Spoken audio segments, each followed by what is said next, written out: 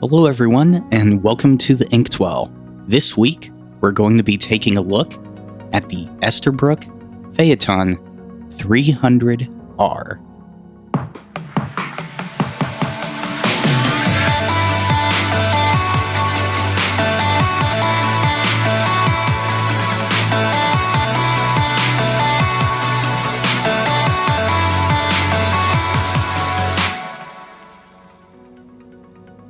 Hello everyone, this week we're taking a look at the Esterbrook Phaeton 300R. This is a modern recreation of the original Esterbrook Phaeton 300 made back in the 60s. This pen did come at discount for review from Pen Chalet, and I got the spruce green version. So as you can see, it comes in a nondescript cardboard outer sleeve, but the inner box is a very lovely scarlet with Esterbrook, established 1858 on the front, and a very, very tiny Made in China sticker for the case. The pen itself is actually assembled in USA. Nice box overall, good packaging, and very easy to open. Inside, we do have the America's Original Reborn, which is a nice statement, and the Esterbrook card. It's very simplistic on the inside, so you've got esterbrookpens.com, Kenro Industries, the new owners of Esterbrook, which, great job, Kenro. You guys are doing a good job there. On the inside, we have a little bit of a backstory for Esterbrook themselves.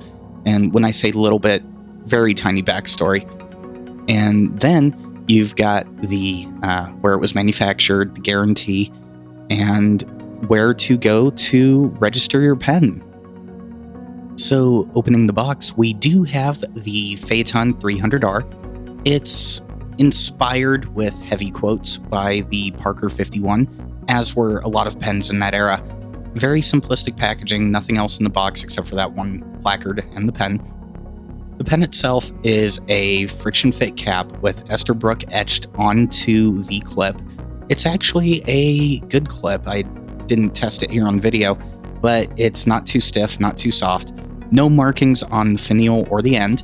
And like I said, friction fit cap there, no screwing around. And let's look at this nib. It's a slight hood on the nib, not a full hood like you would see on a Parker. And it's a very good feed as well. I got the medium nib. It does have a gold plated steel band separating the section from the body. And when we take the body off, we get one of the interesting features of this pen, which is the plunger converter filling system. As you can see, it's double threaded there on the outside of the converter. So it's not your standard converter where it just pops in. The good thing about this pen as well, though, if you don't like that converter, you can always take it out and you can eye-dropper this pen. After I did the video, I did eye-dropper it, I just didn't think to film it. So putting the body back on there, let's go ahead and take a look at how this pen fits in my hand. So even without the cap, it's pretty good length, but it could be a little bit on the short side for people with actual big hands. So let's see how big it is posted. And as you can see, even with it posted, it's a lightweight pen, but the cap is also lightweight, so it doesn't throw the balance off at all. Now, let's go ahead though, since I said it was heavily inspired by a 51, let's pull out a Fantasy 51. This particular Parker 51 was given to me by Nikolai Pang at the Chicago Pen Show through RoboJim over on Discord and Slack. As you can see, they're similar length, both of them featuring a friction fit cap. Parker, obviously, with their, ripped off by Wingsung clip model. And uncapped, they are also extremely very similar length, almost similar sections. But let's go ahead and take a look at the difference in the nib. Parker does have a much longer hood on their nib. And once again, as you can see, on the Esterbrook, that hood is brought back towards the body.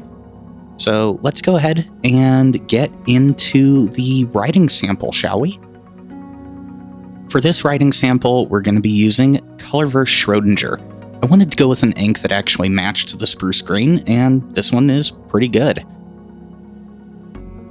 As always, we are doing our writing sample on trusty Rhodia dot pad number 16. Pretty much every reviewer uses it, so why not?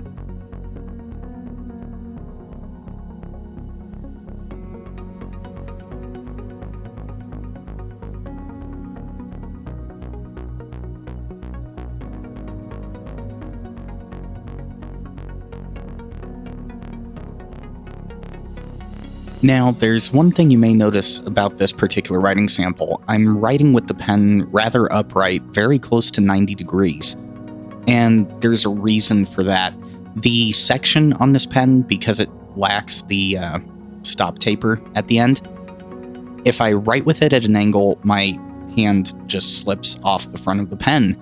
So I have to write with this one more upright. That way I don't have the downward motion of my fingers keeping my grip inconsistent. Other than that, though, this is a very smooth nib. Right out of the box, I had no issues whatsoever. No scratchiness, no feedback. It actually glides across the paper, even at this extreme upright angle. One other thing of note, take a look at the X's, figure eights, and cross hatches here.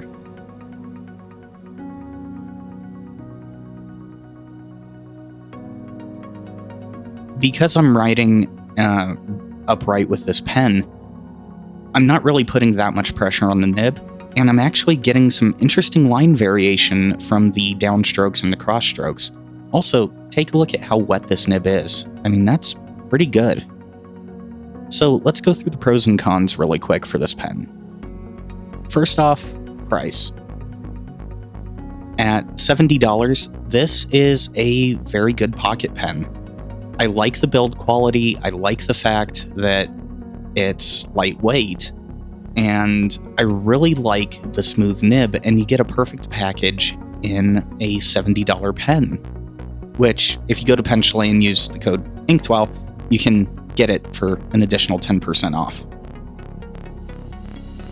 Now, the third pro for me on this pen is the solid construction.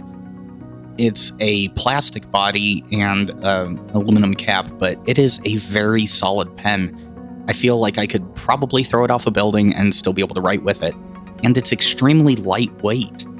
After I did this review, I started working on a book that I've been putting off for a while, and I didn't have any hand fatigue.